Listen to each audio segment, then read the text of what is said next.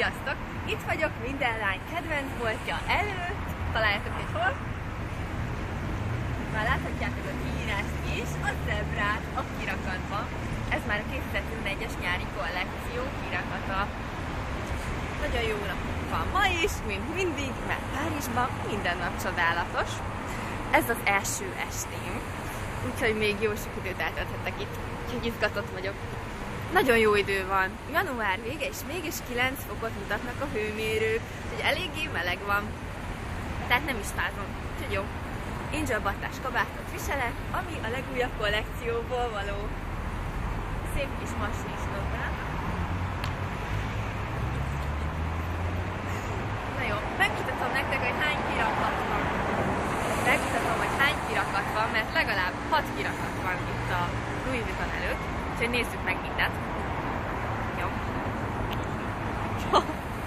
Na jó, menjünk, nézzük meg a kirakatokat. Szóval ez volt itt az első, az zebrával. És most megyek szépen lassan tovább. Van a Louis Vuitton férfi a kirakatban. Milyen elegáns!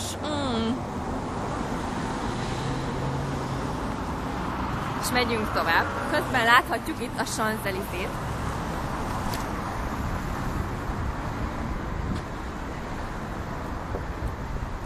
És itt van a fekvő zebra. De szép! Fekvő zebra. És menjünk tovább.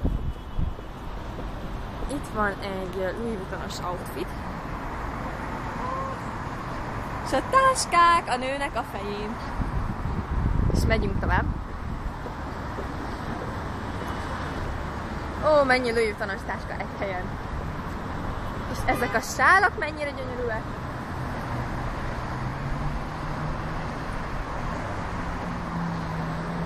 És menjünk tovább. Ott ül a próbababa. És még mindig nincs vége, még mindig vannak itt kirakatok. Haladjunk tovább. Nagyon jó ez a Champs-Élysées, tehát tényleg érdemes úgy sétálni. Olyan sok elegáns hölgyet láttam már. Néhányan még kalapot is viselnek. Rajtam ma pont nincsen kalap, pedig felvehettem volna majd holnap. Na és itt van a másik két kirakat, ami nekem nagyon tetszett. Jaj, itt van. A zebrának a szájába van téve a Louis alma táska.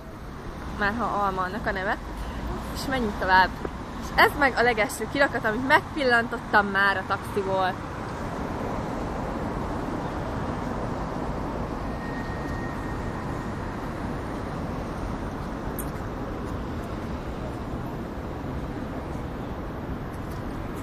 Szóval ilyen a kirakat 2011. januárban.